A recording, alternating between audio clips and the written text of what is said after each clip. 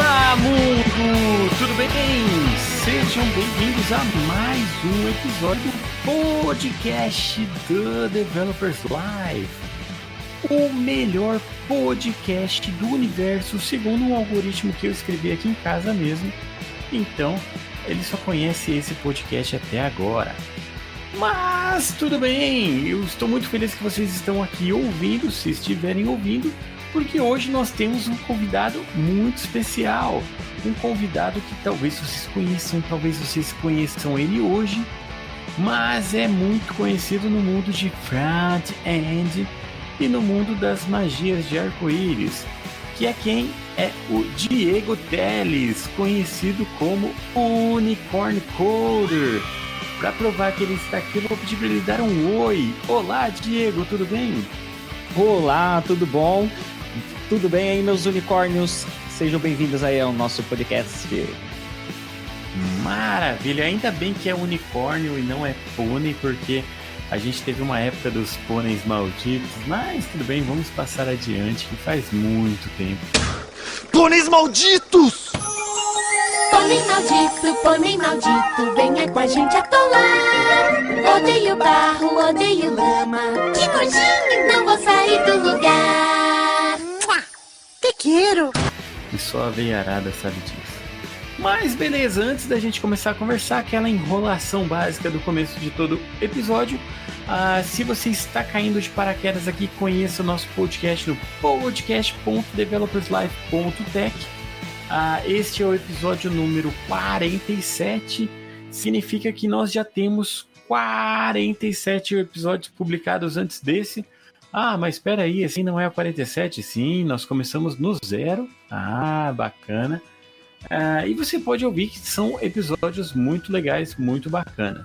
Apenas um dos episódios foi colocado em vídeo no YouTube, que foi o último gravado no TDC, mas você pode ouvir em qualquer agregador de podcasts bacana e até nos ruinzinhos também. Que mais? Você pode apoiar esse projeto no Apoia-se, o apoia.se/vida de programador, onde você pode ter algumas recompensas bacanas, tipo um grupo secreto, ou estamos inaugurando a parte de acompanhar as gravações ao vivo. Então o pessoal que é apoiador recebeu o link dessa gravação que está neste momento, e se você quiser apoiar, você apoia, deixa a gente muito feliz, faz o projeto seguir adiante, e você pode acompanhar coisinhas assim exclusivas. E bora lá, sem mais delongas, vamos adiante. Vamos à nossa conversa do dia, logo após a vinheta.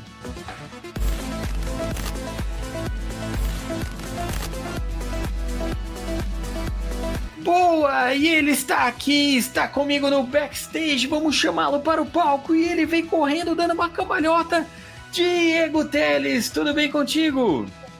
Tudo bom, se quiser, tudo pode bom. Se apresentar para o pessoal. Bom, para quem não me conhece, eu sou o Diego Teles, conhecido aí nas comunidades como Unicorn Coder, e para quem me conhece, a mesma coisa, gente. Continuo sendo Unicórnio e Diego Teles. Maravilha! Vamos passar a sua ficha corrida, diz pessoal quem você é, o que você faz, o que move o seu coração e tudo mais. Bom, atualmente eu sou um jovem empreendedor que está aí se aventurando na carreira de ensino, criando conteúdos de tecnologia, sejam gratuitos ou até mesmo pagos. De vez em quando faço algumas consultorias para algumas empresas para focar em performance, segurança, tudo voltado ali para o ecossistema ali de front-end. O que move a minha carreira e que move meu coração hoje em dia é ensinar pessoas, né? Porque o meu maior sonho, o meu maior desejo é conseguir ensinar o máximo de pessoas possível a realizar alguma determinada tarefa, seja ela no contexto do que eu trabalho de front-end ou às vezes de fotografia. Para quem não sabe, eu também sou fotógrafo, já tenho quase 10 anos de fotografia aí. E basicamente isso é o que me move, e também transformar pôneis em grandes unicórnios. Maravilha! Então, assim, já que você falou que você é empreendedor e que você está dando aulas, significa que você não trabalha, então? Exatamente. Atualmente eu não trabalho. Mentira. Trabalho mais do que se eu fosse trabalhar para uma empresa, porque empreender é um grande trabalho, é um grande desafio, principalmente na questão de você ter as suas próprias responsabilidades, porque você tem que criar todo o planejamento, você tem que criar estratégia, tem que fazer a criação do conteúdo, tem que fazer absolutamente quase tudo sozinho, e depois você ainda tem que divulgar. Então, você trabalhar para si só é um trabalho muito mais complicado do que você trabalhar para uma terceira, para uma quarta pessoa ali, por exemplo.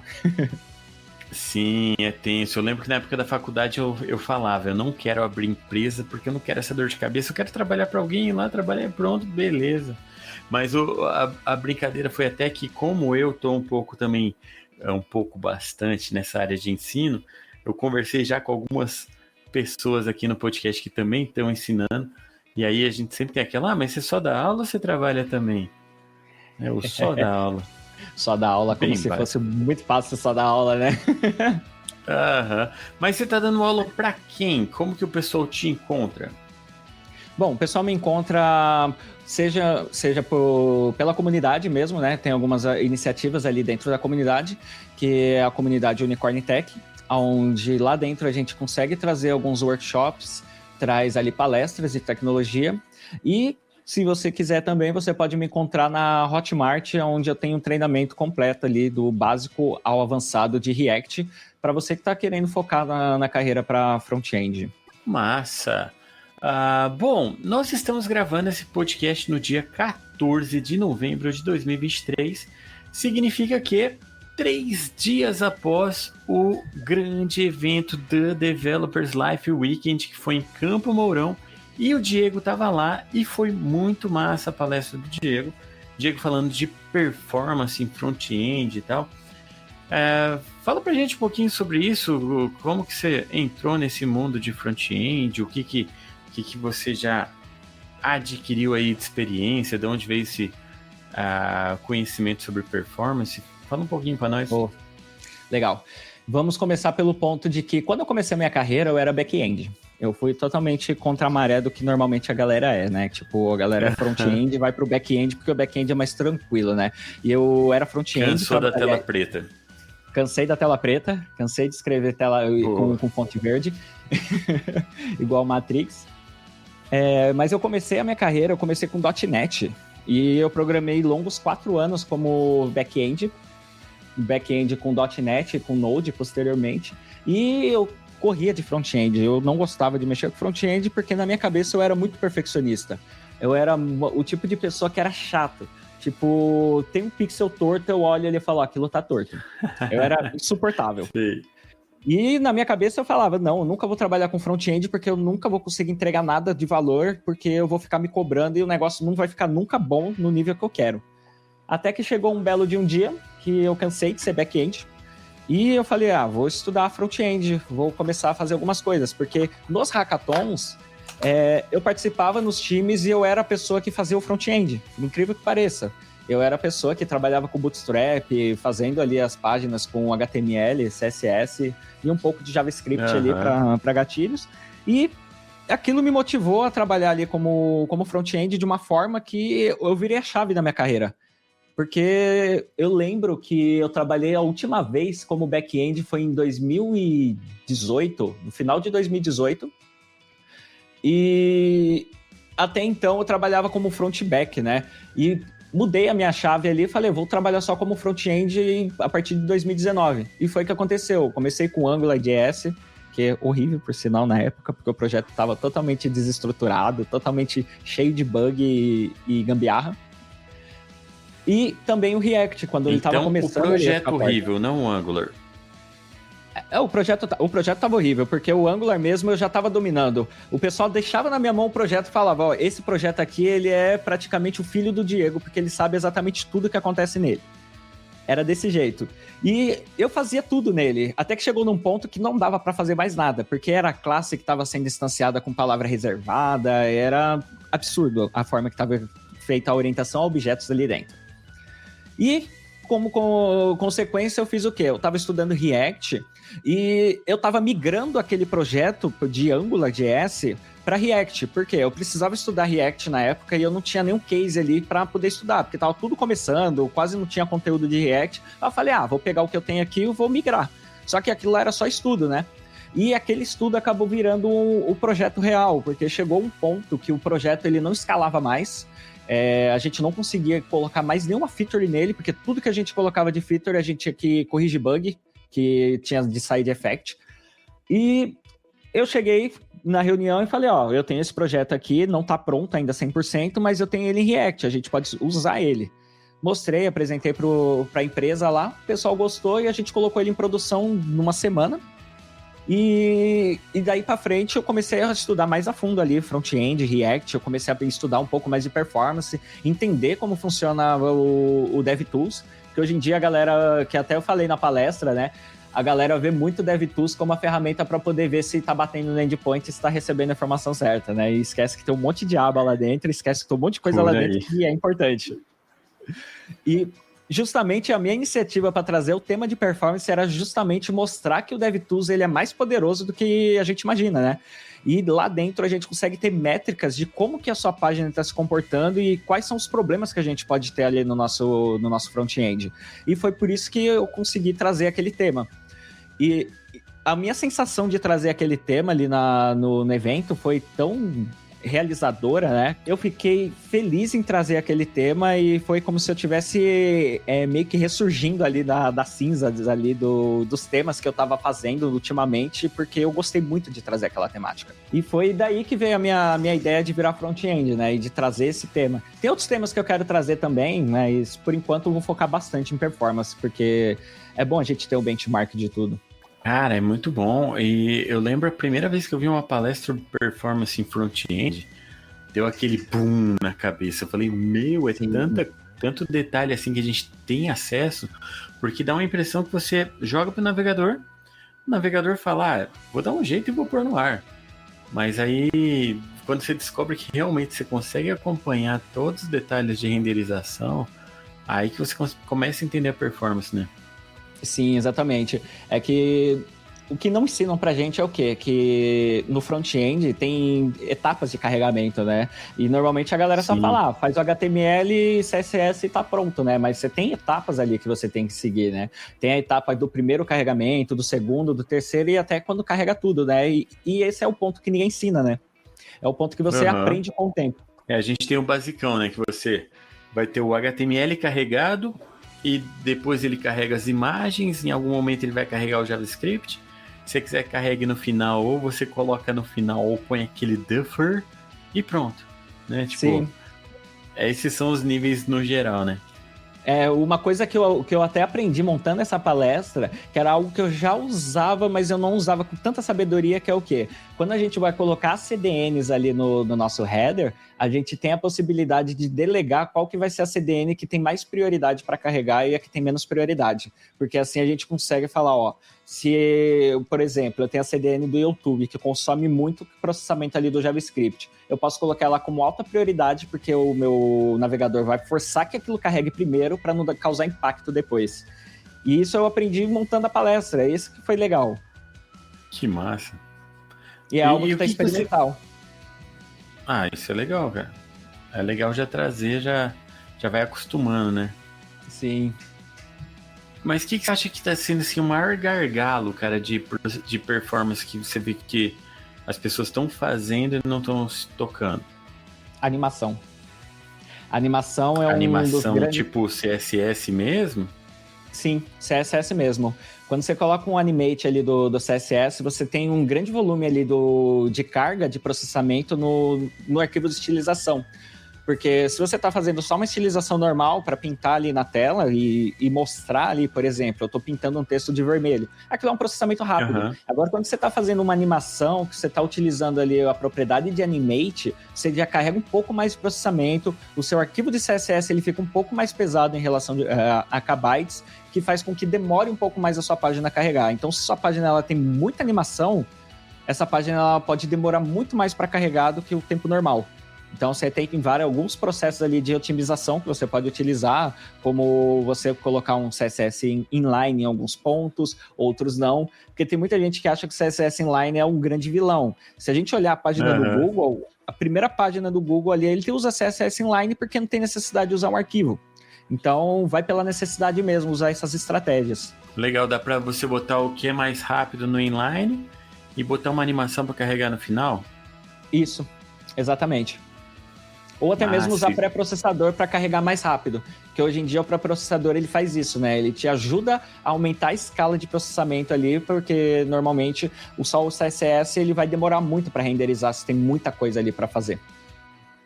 Legal, você já me fez pensar aqui que eu comecei a brincar com a animação de SVG pelo CSS, cara. Aí eu botei lá no meu site, animei a logo lá, fiquei fazendo umas troquinhas com... Aquilo lá deve estar pesando pra caramba no meu site. Vou dar uma olhada depois, cara. Dá uma olhada, porque você vai entender um pouco mais sobre esse conceito de processamento. Se for uma imagem só, não tem problema, né? Tipo, animar um SVG. Normalmente, quando dá pra fazer o SVG animado, o pessoal faz o próprio SVG fazer a animação, né? E depois aplica ali o CSS para fazer algumas estilizações. Que é algo que eu já tô começando a estudar e pensar como que eu vou fazer animações utilizando SVG. Que aí é um ponto mais avançado ali, quando a gente começa a pensar no front-end. Aham. Que a gente que é velho sabe como o Flash funcionava, né? Ah, sim, cara. E inclusive, quando o CSS começou com a história de keyframes, a primeira coisa que eu pensei, falei, vai virar um Flash, né? Exatamente. Fiz muita animação em Flash. Eu, começando a minha área de programação, eu comecei quando eu tava com o quê? 18 anos. 18 anos ainda peguei Flash, que era o quê? 2008, 2009. Caramba! Eu vou te dizer que eu entrei na faculdade em 2000, e aí tava um fervo do Flash, era aqueles Flash que criava o WMV, se eu não me engano. Não, FLV. Flash Video, né? FLV e jogava por e-mail ainda. Aí tinha as animações em Flash, cara. Fazer o Xiao Xiao, né? Que é os bonecos lutando. Isso! Eu ia falar bem do Xiao Xiao. Inclusive, esses dias eu vi um negócio falando de Xiao Xiao no Twitter, achei que era isso, não era? Aí eu resgatei, eu peguei lá no YouTube. No YouTube não, eu achei um site que tinha os vídeos pra baixar. Eu baixei o Xiao Xiao e joguei no Twitter, aí ficou uma nostalgia. Todo mundo falando, nossa, que saudades disso. Cara, é massa. Mas deixa eu te dar uma coisa que eu acho que todo mundo te pergunta, cara, aquela pergunta básica. De onde surgiu o unicórnio, cara? Bom, a história do unicórnio é uma história muito engraçada. Porque a história do unicórnio, ele surgiu de uma aposta que eu perdi em um evento. E foi lá em 2017. Sempre que a história começa assim, é uma história boa. Exatamente, né? Eu lá, despretensiosamente, numa Campus Party, que foi a primeira Campus Party que eu participei. E pra mim, a Campus Party, na época, tipo, começando pelo ponto de que eu participo de comunidades desde 2014, né? Então, eu sempre fui olhando alguns eventos e falava, nossa, que evento grande, nossa, um dia eu vou estar participando de um evento desse.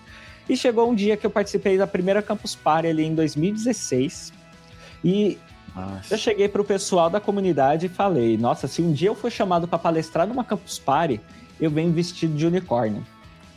Na hora que eu falei isso daí, começou várias ações acontecendo na mesa lá, e o pessoal, você vem mesmo?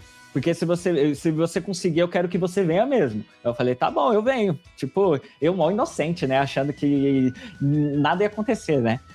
Passou-se 3 meses, o pessoal que estava ali de uma das comunidades falou, ó, eu consegui o contato com um dos diretores aqui da Campus Party, mostrei seu trabalho para ele, e ele convidou você para participar de uma palestra aqui na Campus Party no ano que vem, na Campus Party Brasil. Eu, sério mesmo? Na hora eu gelei e falei, não, sério mesmo? Eu falei, sério, só que tem um porém. Eu falei, o quê? Você tem que vir de unicórnio, porque você disse que tinha que vir de unicórnio. Eu falei, droga, e o pessoal lembra disso ainda. E eu falei, brincando despretensiosamente. Eu falei, tá bom, eu venho. Bom. Chegou no ano seguinte, eu fui pra Campus Party, eu fui sem a roupa de unicórnio, né? Porque eu tava caçando a roupa de unicórnio em vários lugares, eu não achava. Até que eu joguei no Facebook, e como eu participava eu era fotógrafo, na época de eventos de cosplay, eu conhecia um monte de gente que era cosplay, né? E uma das meninas que me seguia chegou e falou, eu tenho uma amiga que ela tem e eu acho que ela pode te emprestar, e marcou ela. E eu nem conhecia a menina nem nada, e ela falou, eu te empresto sim. Eu falei, sério? Sério. Eu falei, tranquilo. Eu falei, droga, consegui a roupa, meu. E eu morri de vergonha, né? Porque o evento, pra mim, era um evento muito grande e tal.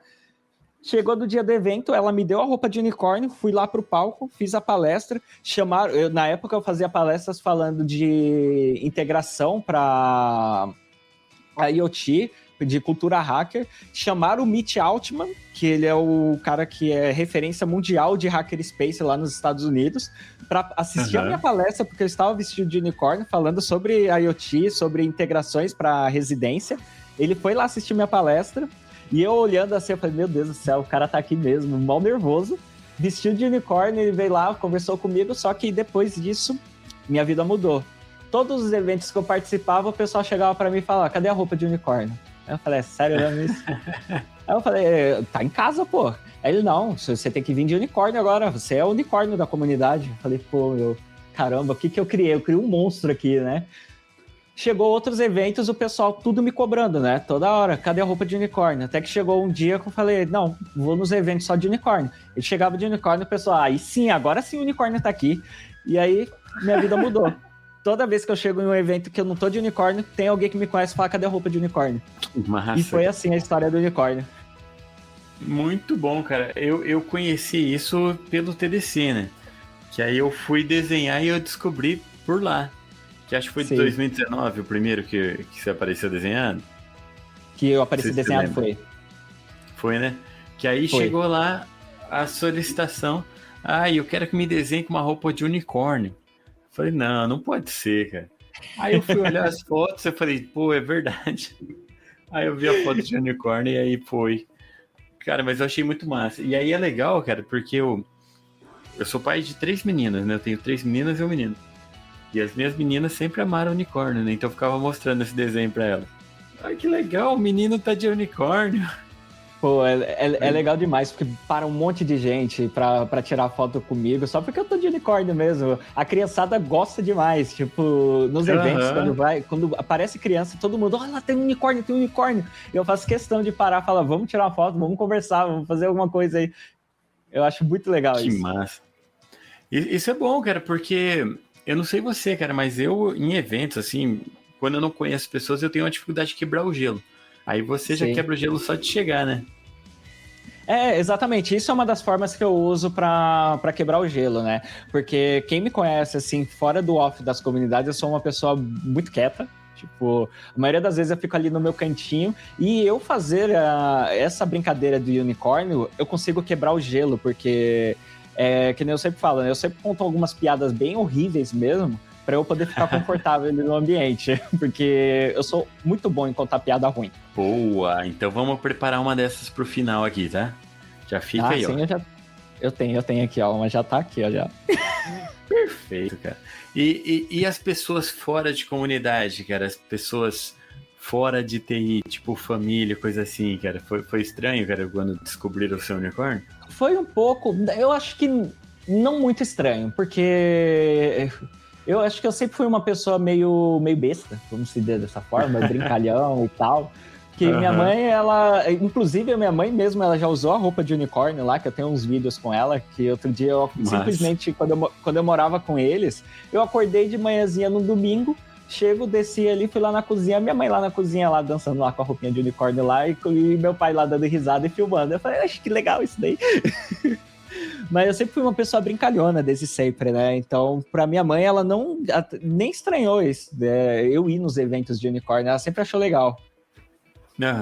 Pô, que massa, cara. Você começou a programar em que ano, cara?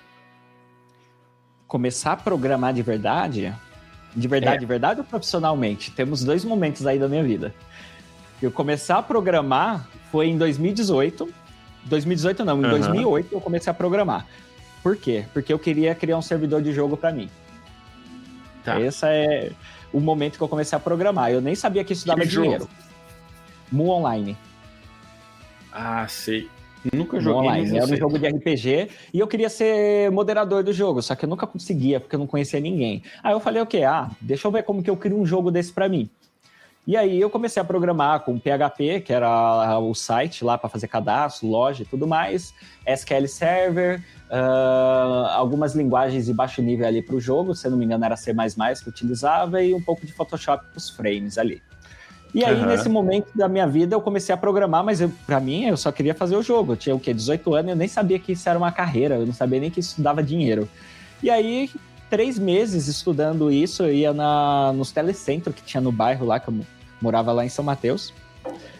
Fui nos telecentros, imprimia folhas e folhas ali, que tinha quase um livro lá de JavaScript de PHP, para poder estudar, e eu estudava ali no livro e fazia no PC. Estudava no livro e fazia no PC. Fiz o jogo funcionar, o servidor funcionar em 3 meses, já entendendo um pouco lá como funcionava ali a lógica das coisas ali.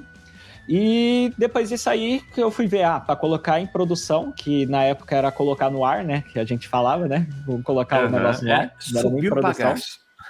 Exato, subi a bagaceira. Eu não tinha velocidade o suficiente, né? E não tinha o conceito de nuvem, né? Então eu tinha que ficar com o PC ligado lá do meu lado lá e eu não tinha. E a internet era discada, só funcionava no fim de semana. Aí eu falei, um dia na minha vida eu faço isso funcionar. Salvei num DVD ali, tenho um DVD até hoje em casa lá. Esqueci isso da minha vida. Aí quando eu comecei a programar profissionalmente mesmo foi em 2014. Porque aí eu tava estudando já na faculdade e tal. 6 anos de gap, cara? 6 anos de gap, e nesse intervalo eu fazia outras coisas, né? Eu já fui cabeleireiro, então eu já trabalhei como cabeleireiro durante 3 anos, porque meu pai também é cabeleireiro, né? Então eu trabalhava com ele. Já trabalhei em call center, onde eu fui líder de call center durante 4 anos. E comecei a fazer os primeiros freelas ali em 2014. Fiz ali com .NET, aí eu olhei assim, tipo, falei, nossa, aquilo que eu fazia ali quando eu tinha 18 anos, isso dá dinheiro, eu não sabia, se eu tivesse seguido, nossa, eu sabia, eu podia saber mais coisa que agora.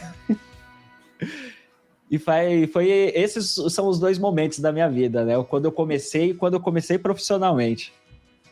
Pô, que massa, cara, então você pegou bastante coisa diferente, começou com o PHP, foi pro .NET, foi pro front-end.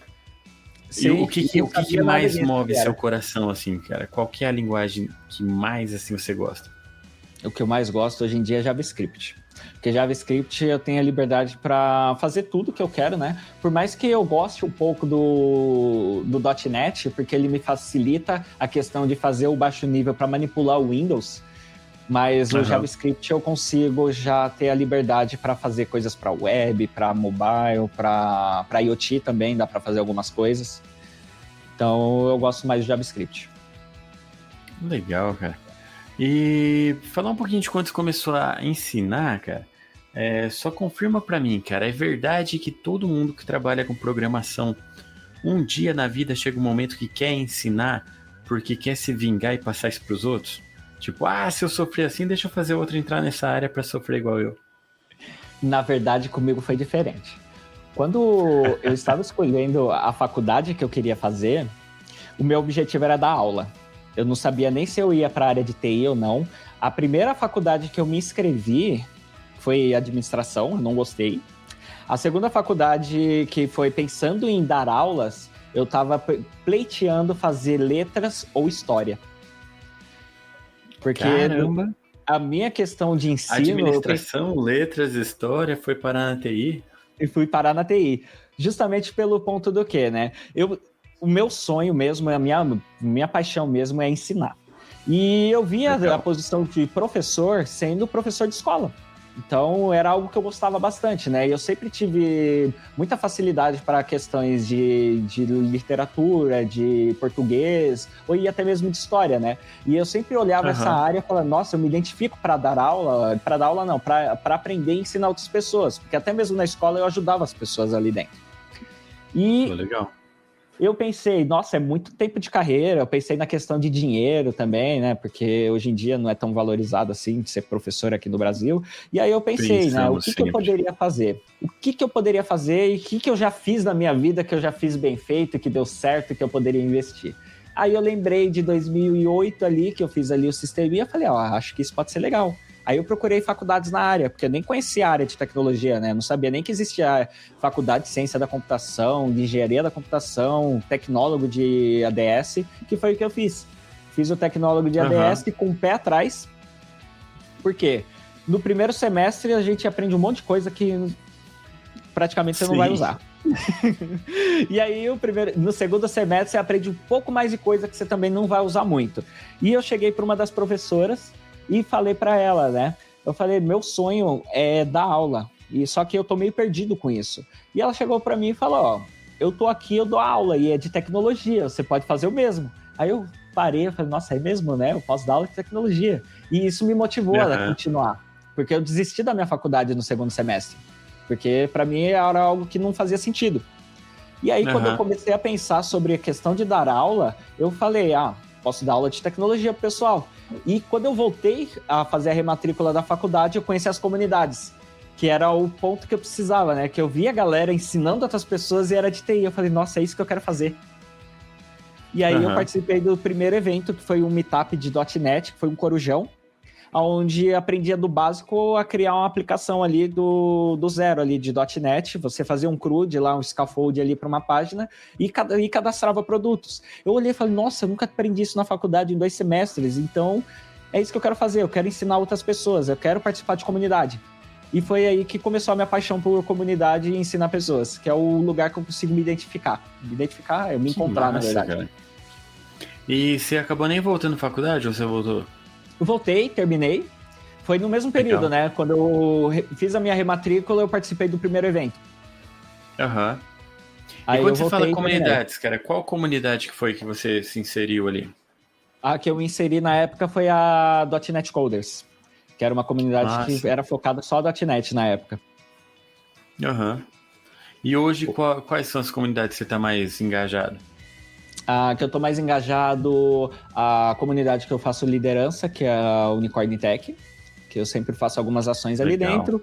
Às vezes eu participo de eventos que acontecem no Nerdzão, que está sob liderança do Eric Wender e da Jéssica Félix. Tinha algumas outras comunidades, tem a Taspin também, que é da liderança do Jureg, né, que ele é conhecido hoje como Jureg, e que é o Felipe. E da Jaqueline, da Rocket City. E alguns outros que aparecem às vezes, assim, tipo, me dá uma curiosidade, ou às vezes me dá uma vontade de ver alguém que tá palestrando lá, porque faz tempo que eu não encontro essa pessoa, e eu vou lá para prestigiar o trabalho dela. Que massa, cara, muito bom. No nosso Esquenta, teve uma palestra que era bem assim, a importância das comunidades na TI, na programação, e para mim, cara, também comunidade foi essencial, cara.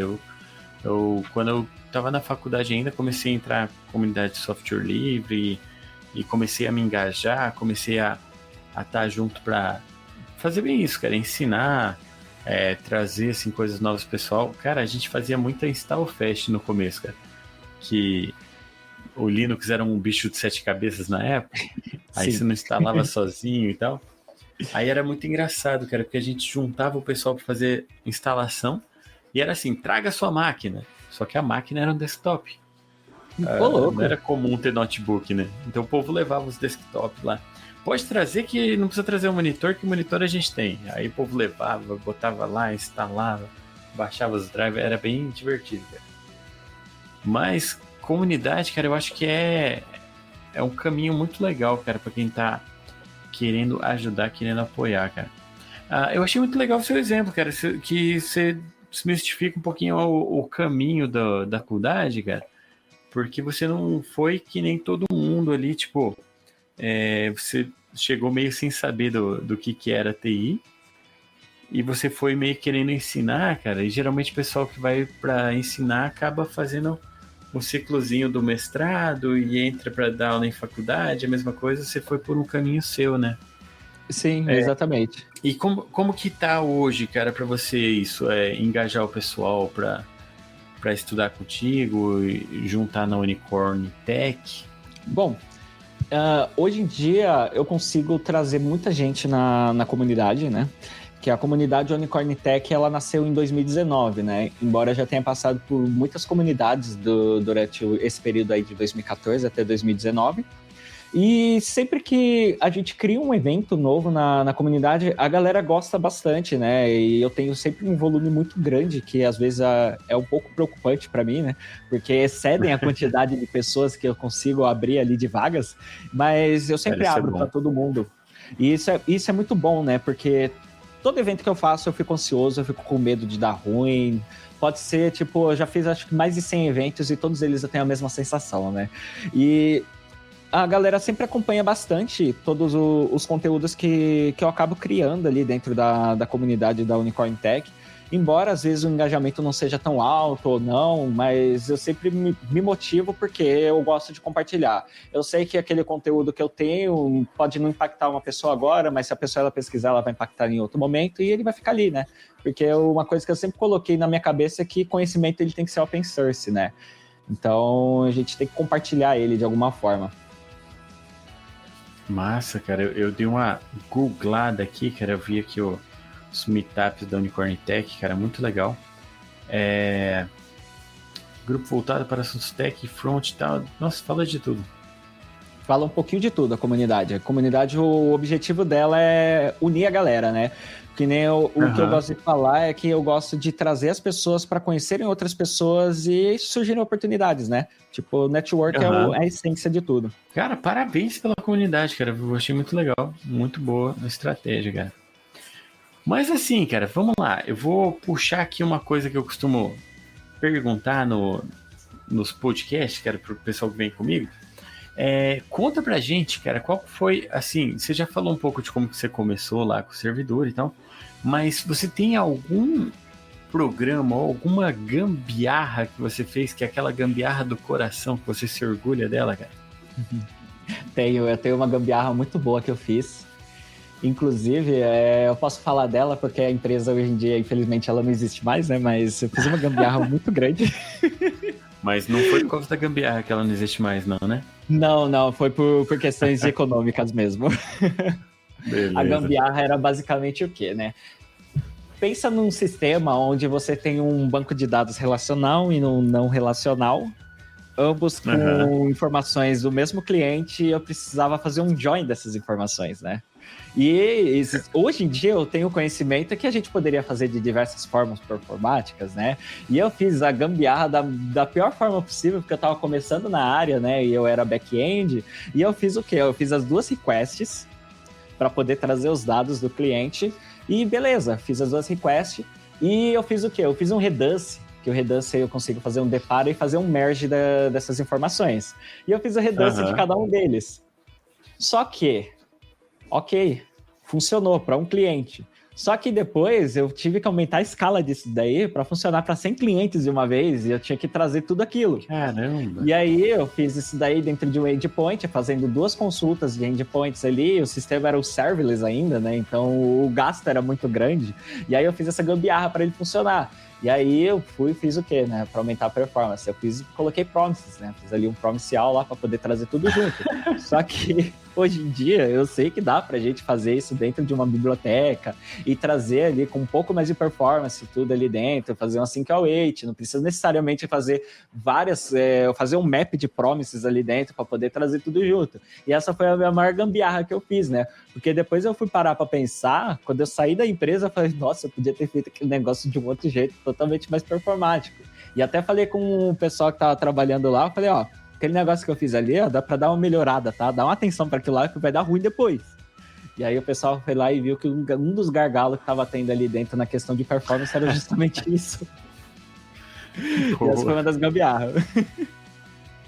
Cara, que massa. Isso me lembrou uma tirinha, cara, que era a história com o DA, que o chefe pegou e falou pra ele que precisava melhorar a performance das consultas no banco. Aí ele falou, ó, se você conseguir dobrar a performance, tipo, reduzir pela metade, né, deixar 2 vezes mais rápido, eu te pago a cerveja e tal. Ah, que massa e tal. E se eu conseguir deixar 3 vezes mais rápido? Ah, daí eu te pago uma cerveja e sei lá o que, um churrasco. Maravilha, e se eu deixar 5 vezes mais rápido? Aí o outro fala, isso significa que o banco agora tá uma porcaria e aí você que tem que pagar a cerveja. É justamente isso. Beleza. Inclusive, eu não sei assim, se você já viu isso na prática alguma vez, mas eu recebo muita história. Eu já vi mais de uma pessoa falando de chefe que pediu para deixar lento de propósito para depois falar que deixou mais rápido. Você já viu isso acontecendo, cara? Não, eu nunca vi isso acontecendo. Cara, Eu nem sabia que poderia acontecer isso, hein?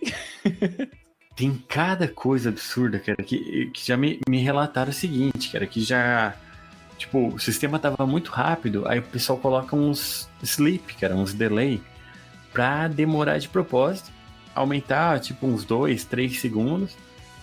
Aí, quando o cliente reclama que tá lento, o cara vai lá e tira ou diminui o tempo. Aí fala, ó, melhoramos a performance. O cliente, nossa, ficou mais rápido mesmo. Cara, é uma coisa. Eu já vi história parecida de freelance. Freelance, eu acho que ainda deve existir muito freelance que ainda faz isso. Porque ele vai deixar algum problema ali implementado ali no código para o cliente vir te pedir ajuda de novo e você continuar com aquele cliente. Isso eu já vi acontecendo algumas vezes. Agora, dentro de uma empresa, assim, uma pessoa contratada ali full time, isso eu nunca vi. Agora, com freelance, eu já ouvi algumas coisas parecidas. Eu tive o privilégio, cara, de trabalhar em empresas pequenas, cara, a maior parte da minha carreira, então eu vi coisas acontecendo para entender que isso é verdade, cara. Pra entender que realmente isso acontece, cara. Teve uma história, cara, ó, vou contar aqui os podres, cara, que eu recebo. Teve uma história que eu falei, eu não vou fazer tirinha porque senão incentiva alguém, mas agora eu tô contando aqui. Aqui eu posso falar porque ninguém escuta o podcast mesmo. O cara pediu, isso o chefe da empresa pediu para desenvolver. Sabe aquela tela de relatar erro do Windows? Ah, sei. Operação ilegal, operação ilegal, aí você pode relatar ou você só dá um OK para fechar. O chefe pediu para tirar um print e colocar aquela tela no sistema. Tipo, toda vez que abre o sistema, abre aquela tela como se fosse o splash do sistema. Com um OK e com relatar. A ideia é que você precisava clicar no relatar para entrar no sistema. Por que isso? Isso era uma gambiarra para evitar fiscalização, cara, porque eles faziam coisas erradas no sistema. Então, se aparecesse a fiscalização, toda vez que abre o programa dá um erro ilegal. Aí, se ele desse o OK, ele só fechava o sistema. Para entrar de verdade, tinha que no relatar. Então, assim, imagina que o fiscal apareceu do seu lado. Ó, preciso fiscalizar o sistema. Vamos abrir aqui. Ih, tá dando erro. Aí vai lá e dá um OK, ele fecha o sistema. Tenta de novo, dá um OK. Desculpa, não tá abrindo, não vai dar pra ver. Cara, era isso, acredita? Ô, louco, o miserável é um gênio. Um gênio do mal, cara. Um gênio do mal, exatamente. Tanta coisa errada, cara, que, sei lá, cara, é daquelas raio interno, mas tudo bem. Conta uma história boa agora pra gente amenizar, cara, uma coisa aqui que você vê que é aquela coisa que te motiva, cara, a trabalhar com isso, trabalhar com programação ou ensinando as pessoas, cara. O que me motiva hoje em dia são os desafios que eu acabo encontrando no caminho, né? Porque por mais que a gente passe por alguns desafios, a gente tem ali a síndrome do impostor, que sempre tá ali batendo ali, sempre tá te observando pela fresta da porta, né? Eu costumo pensar dessa forma. E Sim. Você passa ali pelo desafio e você esquece que ela tava ali e que ela esteve ali esperando você ali chegar e ceder, né? E o que me motiva é basicamente passar esses desafios, né? E ajudar outras pessoas a passarem por esses desafios, né? Que é até a questão do porquê que eu crio conteúdo hoje em dia. É meio que uma retribuição ali dos conteúdos que eu consumo gratuito ali.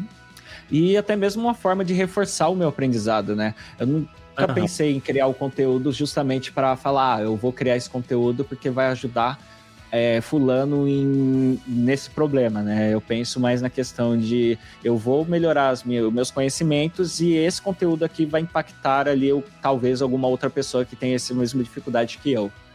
Então, eu penso dessa forma. É uma coisa que eu tenho também incentivado o pessoal que conversa comigo, principalmente quem está começando, que quando a gente ensina, a gente acaba tendo um público bastante, assim, de gente que está iniciando. E, cara, realmente, compartilhar, cara, é uma das coisas que mais faz você crescer, né?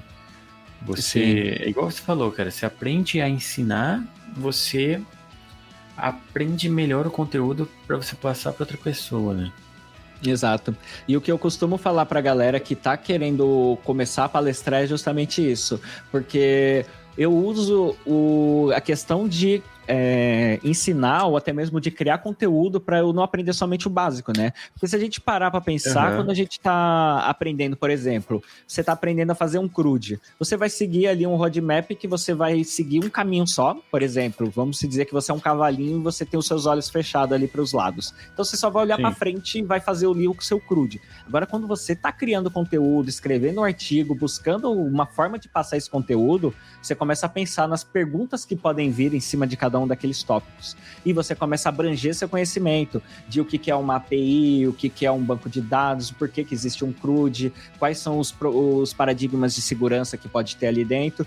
Então você começa a abrir seu leque para outros conhecimentos e não seguir somente um caminho em linha reta e fazer somente a execução. Você aprende todo o conceito em volta disso. Sim, cara, isso é muito legal. É uma coisa que eu acho que a gente precisa perguntar mais esses porquês, né? Exato. Esses dias eu tava discutindo, discutindo assim, né? Falando no Twitter com o pessoal, que eu comecei a fazer uns cursos online e tem cursos, sim, muito bons, mas em alguns pontos, assim, eu sinto muito, assim, cursos que tem que ser rápidos porque o público quer coisa rápida. E aí o curso muitas vezes acaba sendo, você faz isso, vai em tal lugar, você digita tal coisa e faz de tal jeito. Sim. Eu entendi porque eu já tenho uma base, mas cadê o porquê? Por que é desse jeito? Então acho que a gente tem que resgatar um pouco isso, né? Por que a máquina funciona desse jeito? Exatamente. Que é a teoria dos 5 porquês, né? Que é conhecido hoje em dia, né? Que você sempre vai perguntar por quê. Pergunta por quê 5 vezes, cada um deles tem uma resposta. E você vai chegar ali num detalhe, num ponto mais detalhado possível. E aí isso a gente aprende muito com as crianças pequenas. o meu filho mais velho, cara, perguntava muito por quê de tudo. Por quê? Tanto que ele já foi até mais pra área de exatas, porque ele sempre quis saber o porquê das coisas. Aí eu costumava brincar que tudo que você começa a perguntar o porquê, você chega numa resposta final que é porque Deus quis. Exatamente. Você responde, mas por que o céu é azul? Porque tem a atmosfera que bate a luz de lá. Mas por que tem a atmosfera? Porque não tem o ar. Mas porque Deus quis, pronto. Porque Deus quis. Cara, muito bacana conversar contigo, cara, muito legal, mas a gente ainda não está no final, tá? Porque nós temos coisas importantes a conversar, e uma delas é, qual é aquela piada que você reservou, cara? A piada que eu reservei, nossa, é uma piada um pouquinho longa, mas vamos lá. Manda, cara, temos tempo. Temos tempo? Beleza. Bom, hoje em dia, sabemos que está acontecendo muito caos no mundo, muitas coisas acontecendo, guerra na Ucrânia, esse calor infernal que está hoje, muitos assaltos, as ruas perigosas, e tudo isso a gente tem como coincidência um acontecimento. Que esse acontecimento que foi a partir desse momento que foi tomada a decisão para que tudo isso acontecesse. Tipo, todo o mal que acontece no mundo foi exatamente depois desse ocorrido. Que foi quando a Joelma se separou do Chimbinha. Que depois que isso aconteceu, todo mundo desandou. E sabe por que foi isso? Porque esse foi um momento apocalipse. Então, depois do momento apocalipse, que tudo desandou e tudo ficou ruim. Nossa! Eu nunca tinha pensado num apocalipse. Num apocalipse, essa é a piadoca. Não. Então eu vou dar um truco aqui, eu vou contar uma piadoca também, cara. Tem uma que eu vi num livro, eu acho que era de algoritmos. Era um livro da área, que era no prefácio, na época da faculdade ainda.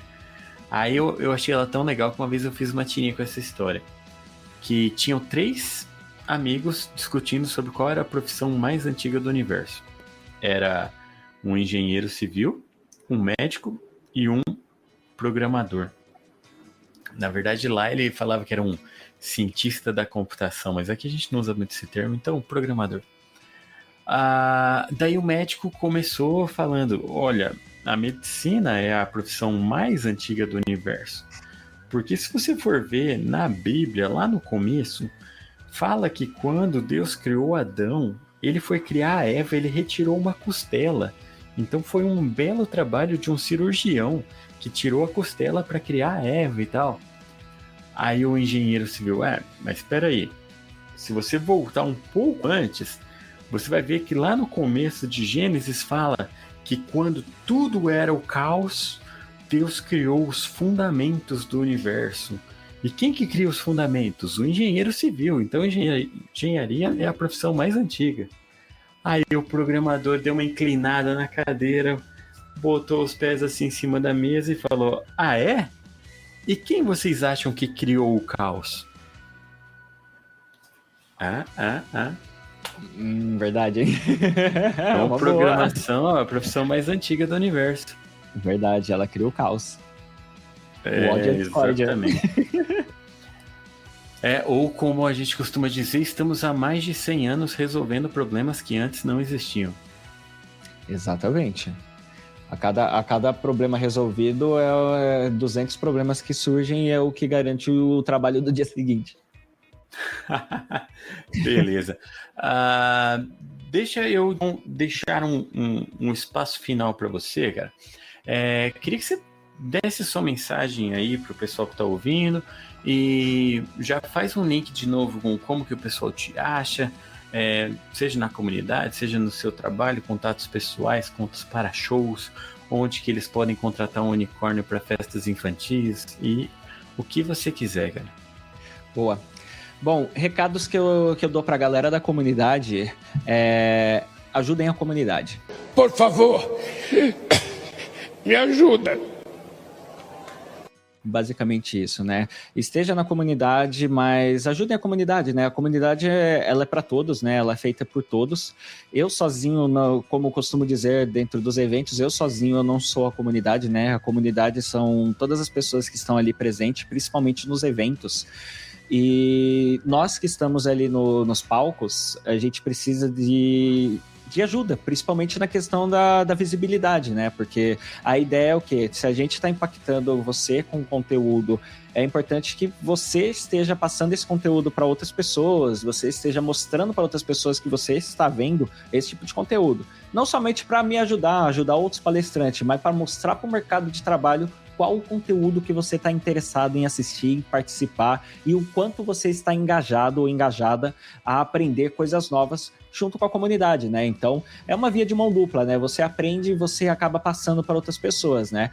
E uma coisa que você mesmo, André, falou, basicamente o quê? Quando você está palestrando, você não consegue tirar foto de si mesmo. Então, você tirar uma foto para um palestrante ou até mesmo postar uma foto mostrando aquele palestrante trabalhando, esse palestrante ele vai ficar muito feliz e grato por você ter feito isso, porque ele está ali no palco, ele não consegue fazer algumas outras ações a não ser ensinar você que está ali assistindo. Vocês podem me encontrar nas comunidades da Unicorn Tech, né? Que a gente tem ali o perfil unicorn.tech no Instagram, ou até mesmo me encontrar nas redes sociais, que o meu arroba em todas as redes sociais é @unicorncoder, tudo junto, e você consegue ali trocar uma ideia comigo, buscar alguma informação sobre evento, ou até mesmo sugestão de vagas, que eu sempre posto sugestão de vagas ali no grupo que eu tenho ali no Instagram. E eu acho que é isso. Ou até mesmo se quiser fazer o meu curso, eu estou ali com ele, com o link lá na minha bio. Maravilha! Então, para repetir, Unicorn Coder sem acento. E aí você pode falar, mas Unicorn Coder não tem acento? Exatamente, foi o que eu disse, sem acento. Beleza. E vou aproveitar, cara, realmente eu estou muito grato pelas fotos que você tirou, pelos seus dotes de fotógrafo no evento. E uma coisa que eu devia ter falado até no começo, mas aproveitando, gostei muito de te conhecer pessoalmente, cara. Você é uma pessoa muito bacana, muito acessível, e eu conheci, assim, o mito do unicórnio, assim, online, mas muito legal tá junto lá no evento, cara. E para quem não estava lá, o Diego palestrou, o Diego ajudou resolver pepinos, tinha que resolver um notebook, uma coisa lá, ia lá, já ajudava em tudo, tirou as fotos, fez um social com o pessoal, participou do evento todo, foi muito legal. Muito bom ter você lá com a gente, cara. Valeu mesmo de coração. Pô, muito obrigado. Agradeço muito pelo convite e até mesmo por questões de ajudar. Eu sempre tive isso, né? Eu não consigo participar de um evento e eu ver ali amigos meus ali fazendo o evento e eu não fazer nada porque é muito de mim mesmo, né? Tipo, a primeira coisa que eu fiz ali quando eu cheguei, eu falei, ô Bernie, você precisa de ajuda em alguma coisa? Precisar, você pode me chamar, porque eu não consigo ficar ali parado sem ajudar em alguma coisa. Mas contem comigo sempre que precisar, hein? Cara, muito legal. Esse que é o espírito da comunidade, né? Beleza, valeu, Diego. Muito bom falar contigo. Fiquei muito feliz. Muito obrigado a todo mundo que tá ouvindo aqui. Mandem suas mensagens. Quiserem mandar mensagem pro Diego e não lembrar de nenhuma rede dele, que é fácil, Unicórnio Coder, mas pode mandar para mim, eu mando para ele. Se precisar de qualquer coisa, pode falar comigo. Então, brigadão mais uma vez, cara. Pô, eu que agradeço pelo convite e agradeço a todo mundo que estiver aí participando, que estiver ouvindo. E não se esqueçam, busquem conhecimento. Uhul! Conselho do Unicórnio, que é o mesmo do ET Bilu. Então vocês sabem que criaturas mágicas têm a razão sempre. Valeu, gente! Brigadão por tudo. Até o próximo episódio. Não esqueçam de ouvir os 47 anteriores a esse. E um beijo no coração. Tchau! Mas, ai, acabei de me morder.